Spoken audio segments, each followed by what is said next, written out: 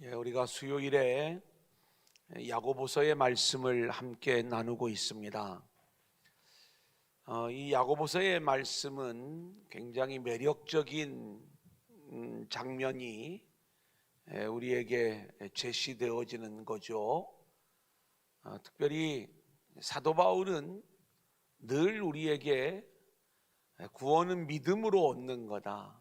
그리고 우리가 의롭다 함을 얻는 것은 율법의 행함에 있는 것이 아니라 철저히 믿음으로 우리가 의롭다함을 얻는 거다, 이렇게 이야기를 하는데, 오늘 표면적인 내용만 놓고 보면은 야고보는 이야기하기를 사람이 의롭다함을 얻는 것은 행함에 있는 것이지 믿음으로만 아니다, 이렇게 이야기를 하고 있는 거예요. 실제로 저는 제가 청년 때 수련회를 갔어요. 이제 그때 당시에는 이 청년들이 이런 문제에 정말 관심이 많았어요. 그러니까 믿음이냐 행함이냐. 또 요즘은 청년들이 그런 어떤 주제를 가지고 토론을 하는지는 잘 모르겠습니다만은, 우리 그리스도인들에게 술, 담배는 이게 죄냐 아니냐, 이런 걸 가지고도 또 토론을 하고, 근데 이제 이 믿음이냐 행함이냐를 가지고 손을 들어보라고 했더니 너무나 믿음 편이 많은 거예요. 토론을 하면은 이 숫자가 많으니까 믿음이 이길 것 같으니까 진행하시는 선생님이 강제로 나눠준 거예요. 딱 나눠가지고 여기는 행함 편, 이쪽은 믿음 편.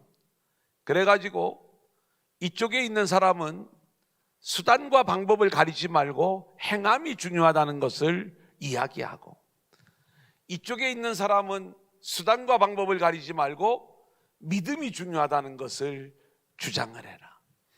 그러면서 이제 여기서 한번 공격을 하고 또 여기서 맞받아치고 1시간, 2시간, 거의 2시간 가까이 얼마나 열띤 토론이 이렇게 벌어졌는지, 막 배꼽을 잡고 웃기도 하고, 성경에 그 청년 때는 우리가 성경을 이렇게 잘 모르는 부분들이 많이 있는데, 어쨌든 기가 막히게 여기서 이 말 끄집어오고, 또 성경에 이런 사건이 있지 않느냐, 그러니까 행함이 중요한 거야, 또 이쪽에서는 무슨 말이야, 믿음이 중요하지, 이래가면서 얼마나 열띠게 토론을 했는지 모르겠어요. 제가 수십 년이 지난 다음에도 그때 그 토론했던 그 공간, 그 대화의 주체들 다 이렇게 생생할 정도로 이렇게 강렬하게 제 안에 남아있는 것을 보면, 믿음이냐 행함이냐, 이 문제는 어떻게 보면 굉장히 뜨거운 문제다, 이렇게 말씀을 드릴 수가 있는 거예요.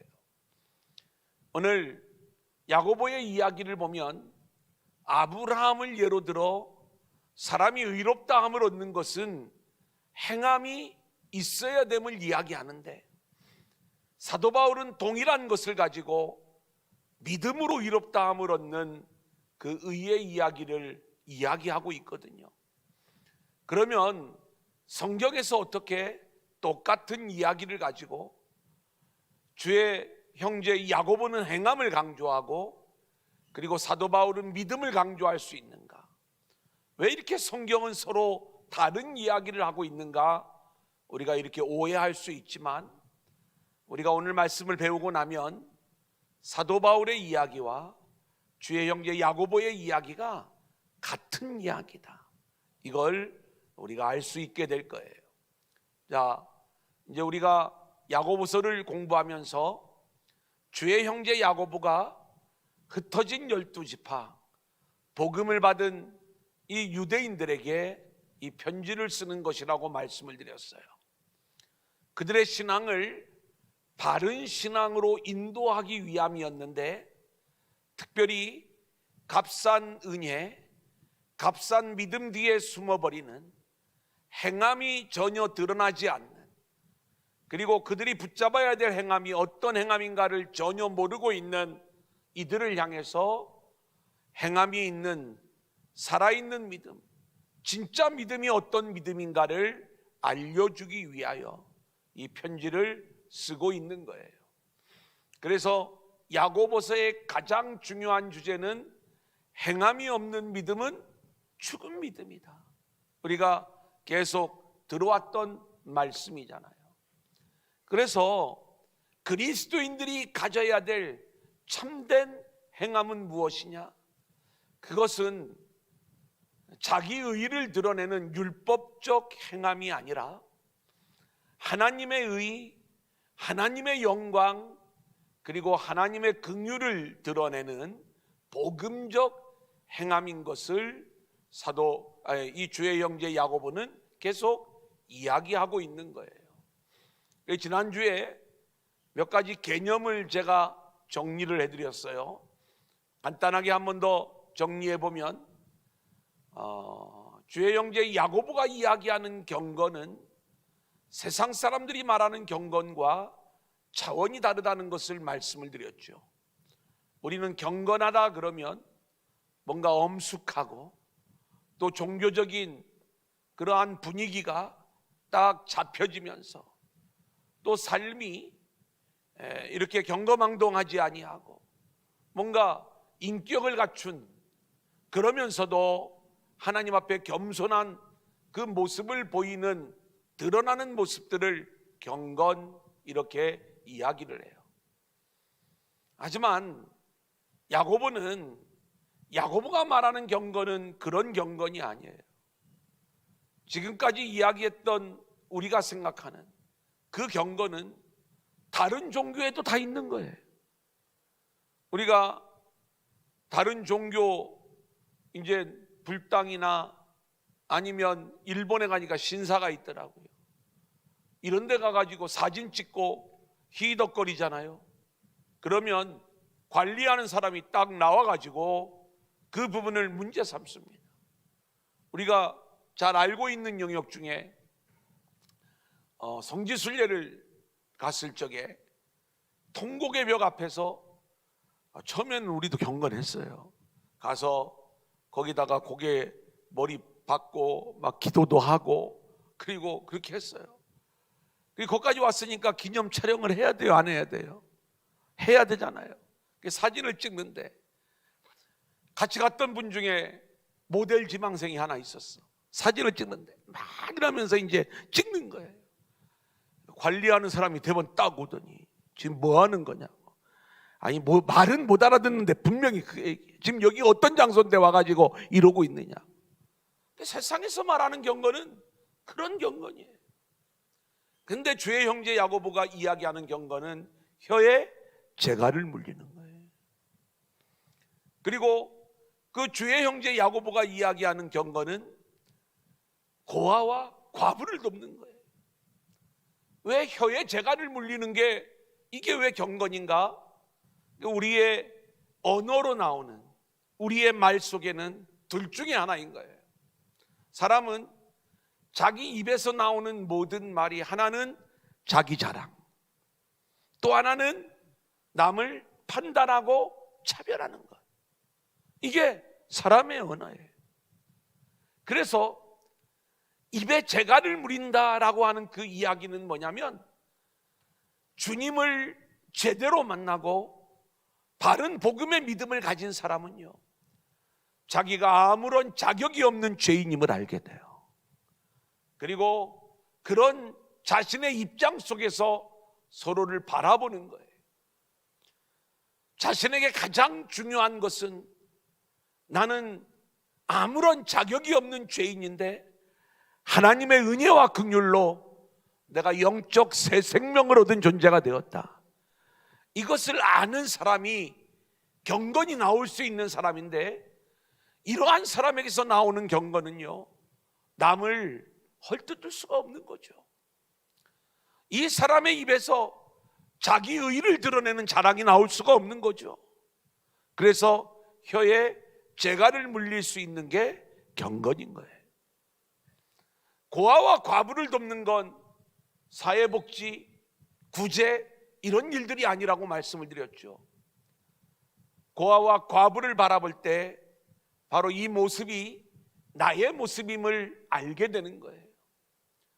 나는 영적 아버지가 없어서 원래 고아였었고 영적 남편이 없는 과부의 인생이었는데, 그러한 나에게 하나님의 은혜와 긍휼로 내가 영적 아버지가 생겼고 영적 남편이 생긴 자가 된 거예요.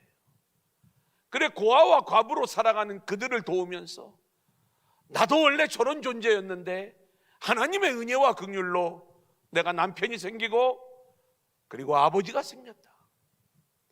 이걸 아는 게 경건이다.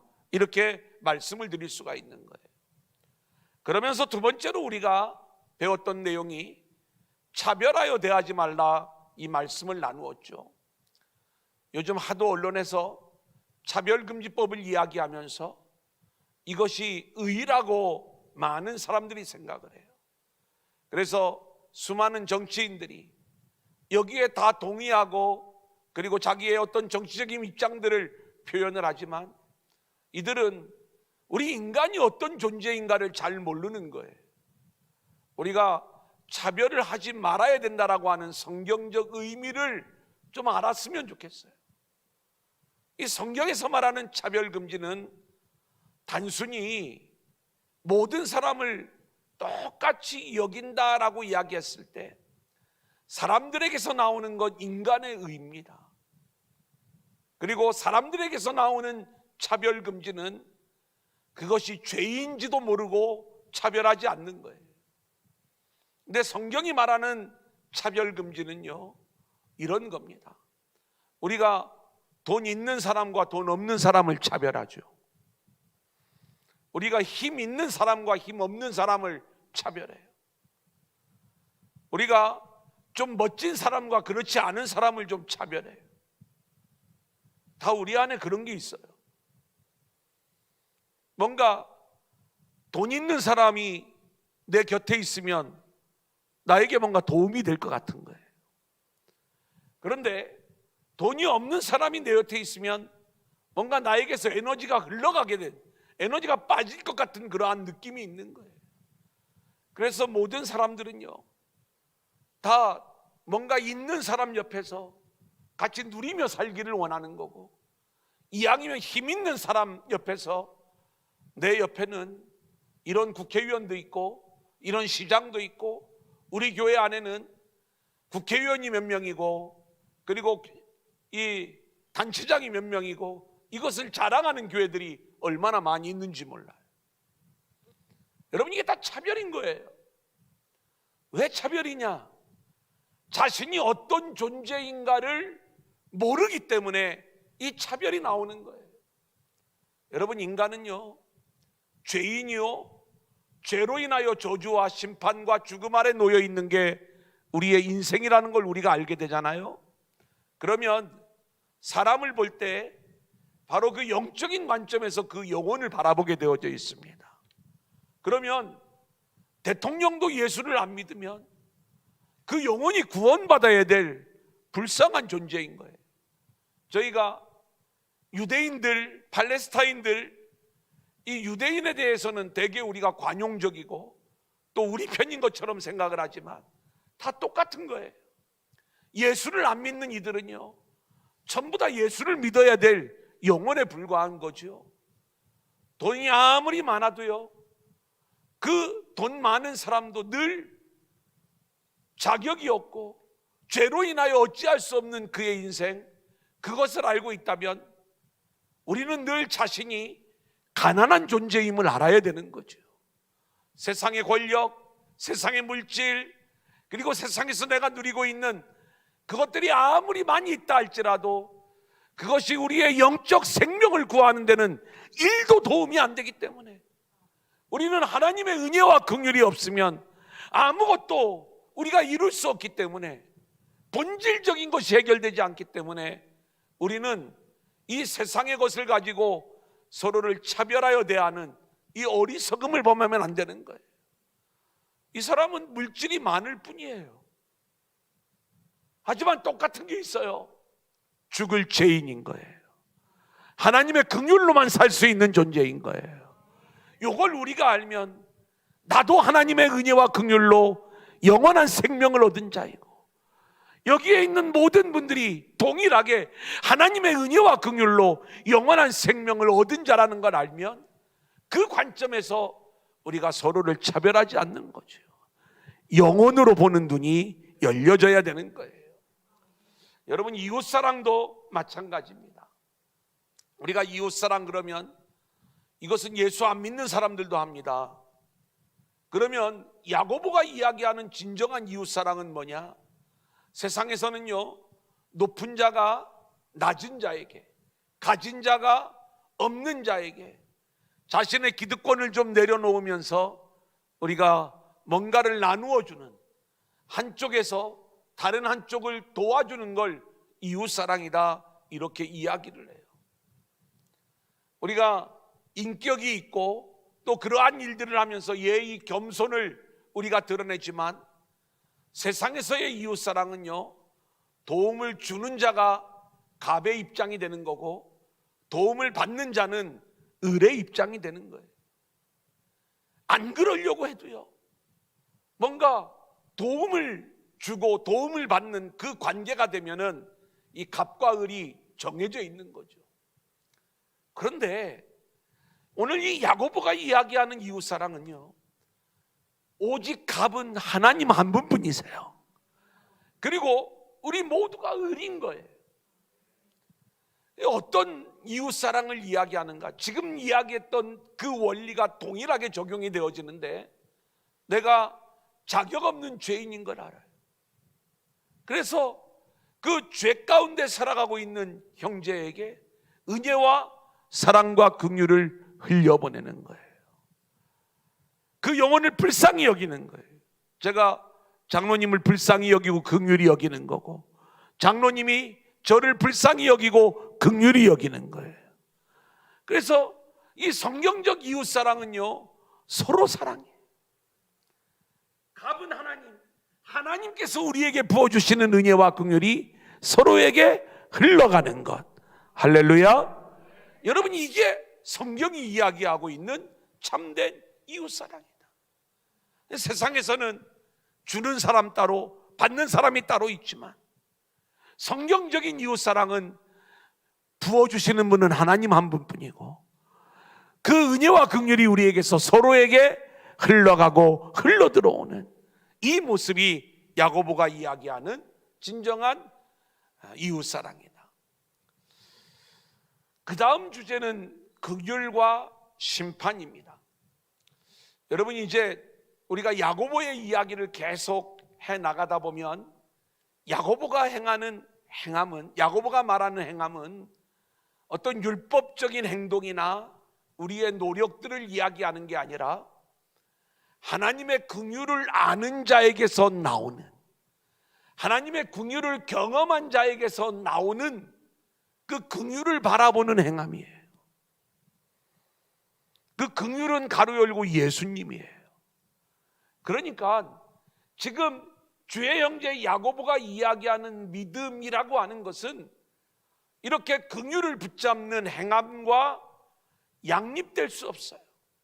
그러니까 믿음과 행함이 분리되어지는 게 아니라는 것이죠. 그래서 사도 바울이 말했던 아브라함의 믿음, 하나님께 의롭다함을 인정받은 아브라함의 믿음은 야고보가 볼 적에는 똑같은 내용이, 그 안에는 하나님의 은혜와 긍휼을 붙잡은 그 행함이 그 안에 자연스럽게 들어가 있는 것이다. 믿음과 행함이 야고보에게서는 분리될 수 없는 것으로 이야기를 하는 거예요. 그래서 오늘 13절을 한번 먼저 읽고 가기를 원하는데, 자, 2장 13절 긍휼을 우리 한번 같이 읽어볼까요? 시작. 긍휼을 행하지 아니하는 자에게는 긍휼 없는 심판이 있으리라. 긍휼은 심판을 이기고 자랑하느니라. 야고보가 뭘 행하라고 이야기를 해요? 긍휼을 행하라고 이야기를 하는 거예요. 야고보가 말하는 행함의 본질이 뭐라고요? 긍휼을 행하라는데, 이 긍휼은 하나님의 긍휼을 아는 자에게서만이 나올 수 있는 그 긍휼의 행함인 거예요. 그러니까 바울이 이야기하는 율법의 행함, 이것이 아니라 지금 야고보가 이야기하는 복음적 행함의 핵심은 하나님의 긍휼을 아는 자에게서만 나올 수 있는 긍휼을 행하는 거예요. 그래서 이 긍휼이 심판을 이긴다, 이렇게 말씀하고 있습니다. 실제로 우리가 죄로 인하여 하나님의 심판을 받을 수밖에 없는 존재인데, 하나님의 은혜와 긍휼이 심판에서 생명으로 우리의 운명을 바꿔놓은 걸 알잖아요. 이 긍휼이 우리 가운데 나오기만 한다면 우리는 서로를 차별하여 대하지 않는 거예요. 그리고 그렇게 복음적인 행함이 우리 가운데서 기대되어지는 것이죠. 우리가 철저히 오늘 말씀도 이 긍휼이라고 하는 이 단어만 우리가 잘 알고 있으면 오늘 말씀은 그냥 풀려지는 그러한 내용이다. 자, 2장 17절 우리 한번 같이 읽어볼까요? 시작. 이와 같이 행함이 없는 믿음은 그 자체가 죽은 것이라. 여러분, 믿음 자체가 행함을 포함하고 있기 때문에, 그리고 믿음과 행함은 분리되어질 수 있는 게 아니에요. 왜냐하면 하나님의 긍휼을 아는 자에게서만이 기대되어지는 게 하나님이 주시는 믿음이거든요. 나의 행함과 나의 노력으로 나오는 믿음은 자기 믿음이에요. 그 믿음은 하나님이 인정하시지 않는 거예요. 하나님이 우리에게 주시는 그 믿음, 그 하나님의 의는요, 자격 없는 우리에게 전적으로 약속에 의하여, 언약에 의하여 하나님이 우리 가운데 베풀어 주신 긍휼과 은혜를 아는 거예요. 그리고 거기에 나의 모든 소망이 있다는 것을 기억하고 그 긍휼을 붙잡는 그러한 자로 세워지는 것, 이게 믿음의 체계이기 때문에 야고보가 말하는 믿음 안에는 긍휼을 붙잡는, 그리고 긍휼을 행하는 그 내용이 함께 포함되어져 있는 거죠. 야고보는 그 시각으로 아브라함도 보고 그 시각으로 기생 라합도 보는, 이 오늘 말씀에 우리가 함께 나눌 내용이거든요. 그 행함이 없는 믿음은 죽은 믿음이라는 얘기는 뭐냐면 그건 믿음이 아니야, 가짜야, 이 내용을 이야기하고 있는 거죠. 자, 오늘은 우리가 행함으로 의롭다함을 얻는다, 이 주제를 가지고 이제 18절부터 함께 보도록 하겠습니다. 18절 19절 같이 읽어볼까요? 시작. 어떤 사람은 말하기를 너는 믿음이 있고 나는 행함이 있으니 행함이 없는 내 믿음을 내게 보이라. 나는 행함으로 내 믿음을 내게 보이리라 하리라. 내가 하나님은 한 분이신 줄을 믿느냐? 잘 아는도다. 귀신들도 믿고 떠느니라. 여러분, 하나님이 계신 건요, 세상 사람들도 하나님이 있다고 믿는 사람이 많아요. 말로 믿는 거죠. 근데 그건 믿음이 아니에요. 그래서 하나님이 있어. 누군가가 이 세상을 창조했겠지. 뭔가 온 우주를 보면 분명히 조물주는 따로 있는 게야. 뭔가 그 신적인 존재를 인정하는 사람들 많이 있는 거예요. 오늘 말씀해 보면 귀신들도 하나님이 계신 걸 인정하고, 그리고 하나님 앞에서 벌벌 떠는 게 귀신이라는 거예요. 근데 우리는 귀신을 믿음이 있다 이렇게 이야기하지 않아요. 여러분, 세상에서 신의 존재를 인정하면서도 이 사람은 믿음이 없구나, 얼마나 많이 있는지 몰라요.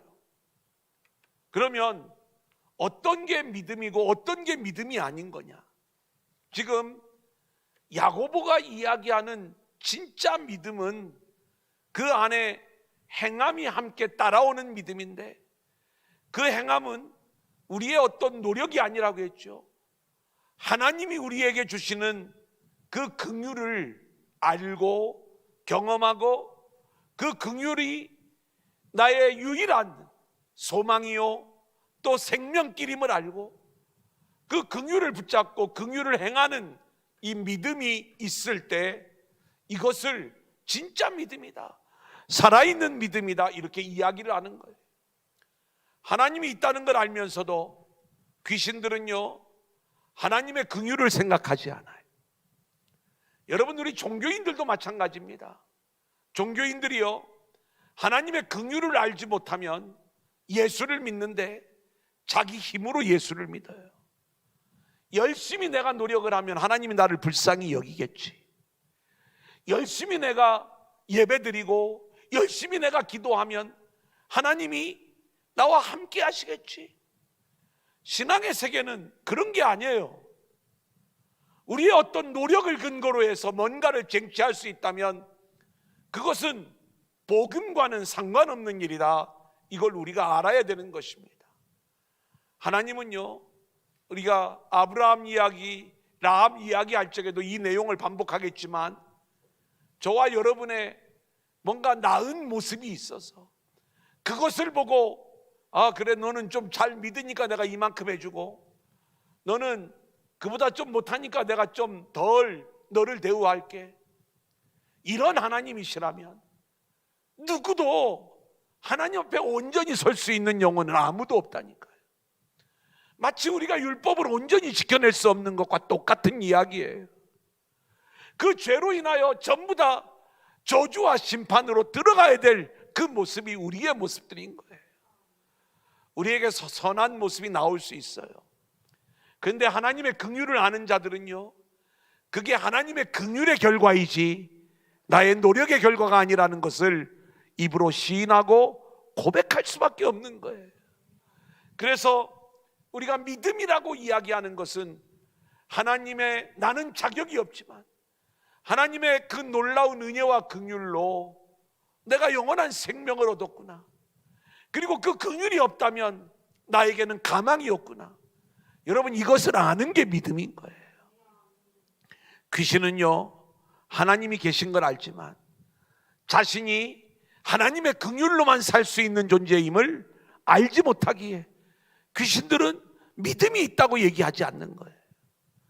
오늘 우리도 같이 예수를 믿지만 하나님의 긍휼을 우리가 모르고 있다면 우리는 헛된 믿음의 길을 걸어가고 있는 것이다. 이것을 우리가 놓치면 안 되겠습니다. 자, 넘겨서 2번을 볼까요? 많은 성도들이 자신들의 죄인됨을 고백하며 주의 전에 나오지만 여전히 사람을 차별하여 대하는 것이 있다면 여러분, 그것은 하나님의 긍휼을 모르는 가짜 믿음이다, 이 말씀인 것입니다.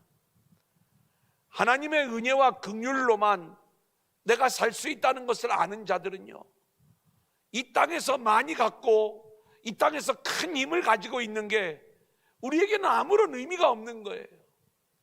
그래서 하나님이 저와 여러분에게 많은 물질을 주실 수가 있어요. 하지만 그 물질을 여러분의 힘으로 여기는 그 순간 우리는 그때부터 가짜 믿음에 속하는 인생이 될 수밖에 없다는 것.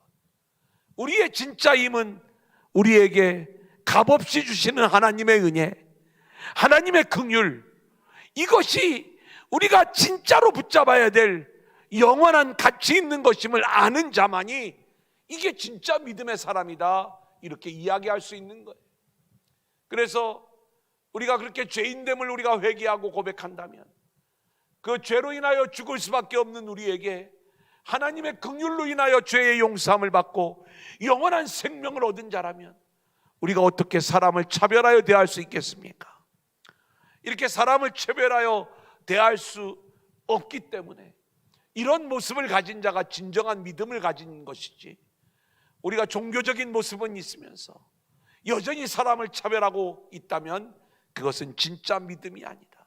그래서 우리가 1장 10절 11절에서 이 내용을 배웠어요. 부자는 자신의 낮아짐을 자랑하라. 여러분, 우리가요, 이 세상에서 부자됨을 자랑할 게 아니에요. 그 부자는 단순히 물적인 부자만 이야기하는 게 아니라 내가 하나님 앞에 해놓은 일이 많은 거예요. 전도도 많이 해놨고 헌금도 많이 해놨고 뭔가 열심히 노력한 것들이 많이 있는데 이것을 나의 자랑으로 여길 게 아니라 나는 가난한 자예요. 하나님 앞에 내놓을 것이 아무것도 없는 정말 가난한 자라는 걸 아는 자들은요, 세상에서 나에게 주어지는 것들 거기에 의미를 두지 않아요. 물질이 많이 나에게 주어질 수 있죠. 하지만 거기에 소망이 없다는 걸 알아요. 오직 나의 소망은 하나님의 은혜와 긍휼인 거예요. 그것만 붙잡는 거예요. 그래서 진정한 믿음의 사람은요, 이렇게 부함을 자랑하는 게 아니라 오히려 가난함을, 낮아짐을 자랑할 수 있는 자. 여러분, 이게 진정한 믿음의 모습인 것이다. 자, 야고보서 2장 20절 우리 한번 같이 읽어보겠습니다. 시작. 아, 허탄한 사람아, 행함이 없는 믿음이 헛것인 줄을 알고자 하느냐. 여러분, 행함이 없는 믿음은 가짜라는 거죠. 헛것이라는 거죠. 그런데 그 행함은 율법적 행함이 아니라 긍휼을 행하는 것이다.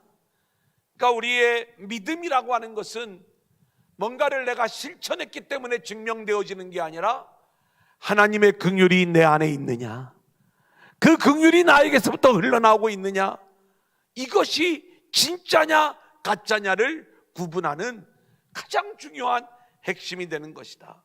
이렇게 말씀드릴 수가 있는 거예요. 늘 나는 하나님의 긍휼을 바라보고 살아가고 있는가. 하나님, 이 순간에도 나를 불쌍히 여겨주세요. 나를 긍휼히 여겨주세요. 그리고 그 긍휼로만 내가 살아갑니다. 하나님 영광 받으세요. 모든 게 하나님의 은혜입니다. 이것을 이야기하는 게 참된 믿음의 행함인 것이지, 우리가 어떤 일들을 실천했다고 해서 하나님이 그 실천으로 너는 80점, 너는 90점 이 점수를 매기는 분이 아니다. 점수를 매기면 우리는 전부 다 꽝이라고 그랬잖아요. 누구도 그냥 어쩌다 한 문제 맞힌 거예요. 근데 정말 하나님께서 우리에게 찾아내시는 게 있다면, 나는 아무것도 할 수 없는 연약한 죄인인데 하나님의 은혜와 긍휼로만 살아갑니다. 이 믿음의 고백들이 우리에게서 나온다면 하나님은 그 사람을 합격으로 인정하시는 거예요.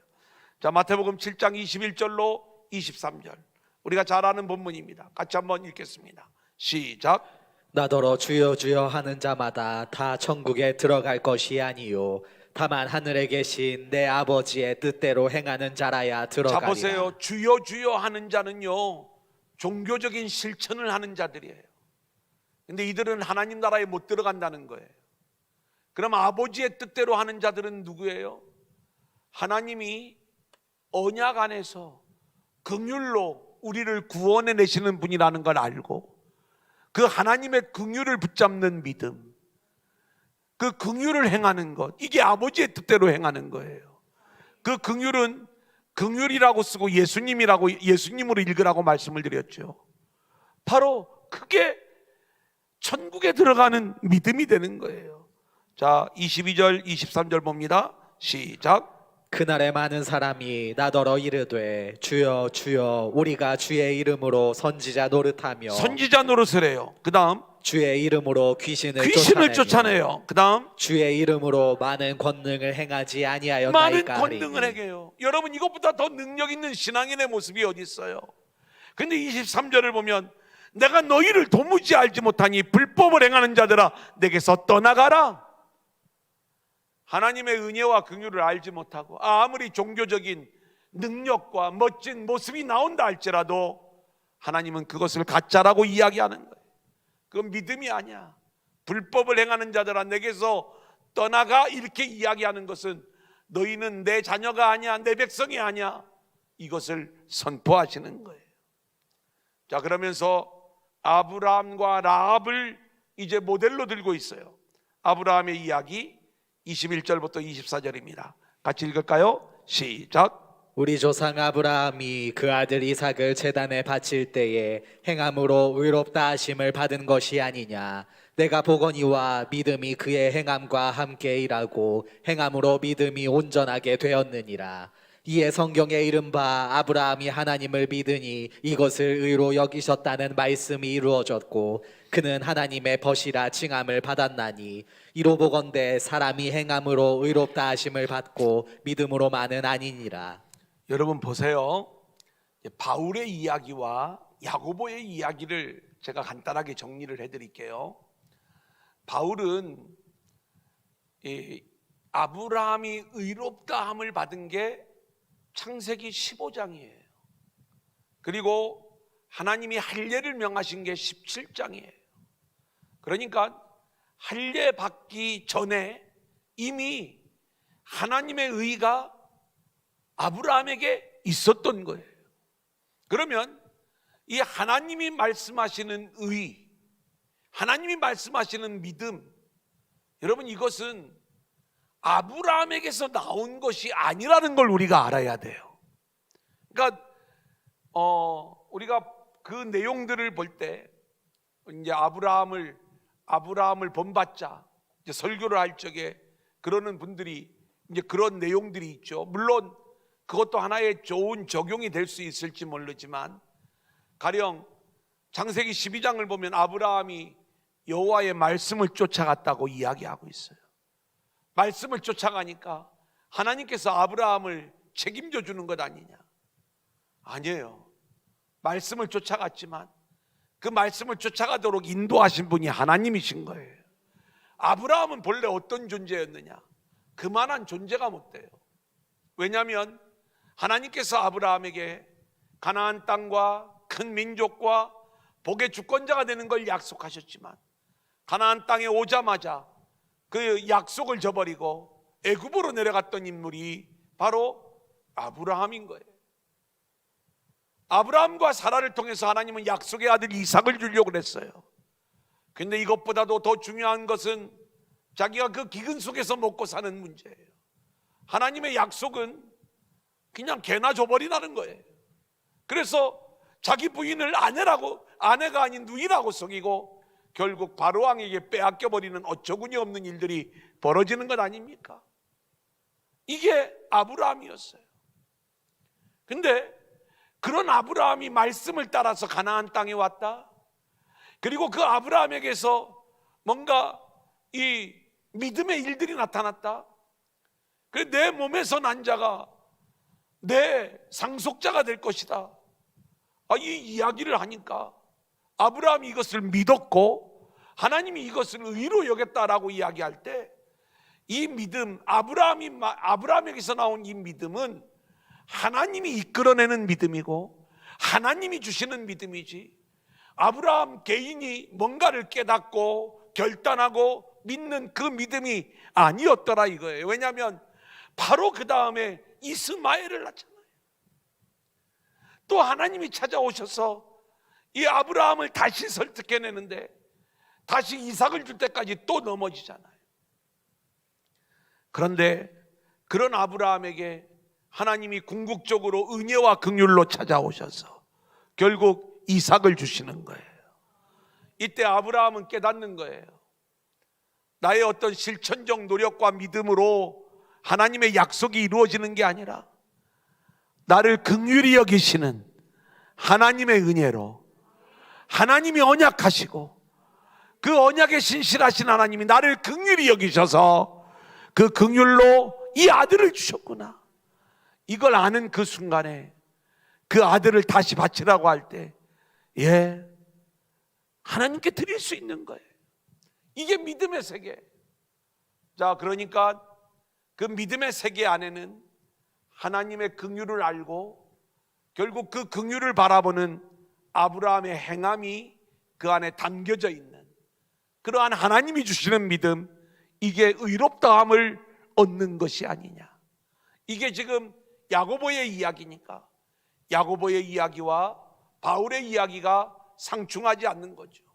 바울은 율법을 행하고 할례를 받고 이것이 믿음으로 얻는 의와 아무 상관이 없다, 이 내용을 이야기하는 것이고, 야고보가 말하는 행함은 그 바울이 말했던 그 믿음은 하나님의 은혜와 긍휼을 붙잡는 믿음인 것을, 그것을 행함이라고 하는 차원에서 우리 가운데 설명해 주고 있는 거예요. 그래 우리는요, 저와 여러분의 지금까지의 인생이 하나님이 나는 그렇게 엉망이고 잘못된 모습이었지만 하나님이 은혜와 긍휼로 나를 지금까지 이끌어 주셨습니다. 이것을 고백할 수 있는 것, 여러분 이것이 참된 믿음의 세계라는 것. 이제 마지막으로 기생 라합의 이야기예요. 25절 26절 같이 읽어볼까요? 시작. 또 이와 같이 기생 라합이 사자들을 접대하여 다른 길로 나가게 할 때에 행함으로 의롭다 하심을 받은 것이 아니냐. 영혼 없는 몸이 죽은 것 같이 행함이 없는 믿음은 죽은 것이니라. 여러분, 이 라합의 행동은 자기 동족을 배신하는 일이었어요. 우리가 어떤 면에서 보면 이 라합의 이야기를 자기 목숨 하나 살기 위해서 자기 동족을 배신한 굉장히 이기적인 인물로 이 라합을 또 평가할 수도 있을지 모르겠습니다. 하지만 그러한 해석은 표면적인 해석이고 복음적인 해석이 아닙니다. 라합이 이스라엘의 편에 서게 된 것은 전적으로 하나님이 어떤 분이신가를 알았기에 하나님의 편에 서는 것이고 하나님의 은혜와 긍휼을 붙잡는 것이고 그것이 진정한 생명의 길임을 알게 되는 것이고 그리고 이것을 위하여 목숨을 걸고 정탐꾼을 살려주는 거예요. 자, 그렇다면 저와 여러분도 하나님의 은혜와 긍휼로만 거기에만 우리의 소망이 있다는 걸 아는 자들은요, 세상의 것을 포기할 줄 알아야 되고 세상의 것을 내려놓을 줄 아는 그러한 모습이 우리 가운데 나올 때 이게 라합의 이야기다, 이렇게 말씀을 드릴 수가 있는 거예요. 오늘 예배하고 있는 저와 여러분 안에 여전히 세상 소망이 살아있다면, 그리고 그것을 향하여 우리가 나아가면서 예수를, 믿음을 수단으로 여기고 있다면 여러분, 이것은 아주 이기적인 믿음이고 성경이 이야기하는 잘못된 믿음, 죽은 믿음이다, 이렇게 말씀을 드릴 수가 있는 것입니다. 우리는 철저히 하나님의 은혜와 긍휼을 알고 거기에만 우리의 소망을 두고 그 긍휼을 바라보는 믿음, 긍휼을 붙잡는 믿음, 긍휼을 행하는 믿음, 이 믿음의 사람으로 세워지는 저와 여러분들이 될 수 있기를 주님의 이름으로 간절히 소원합니다.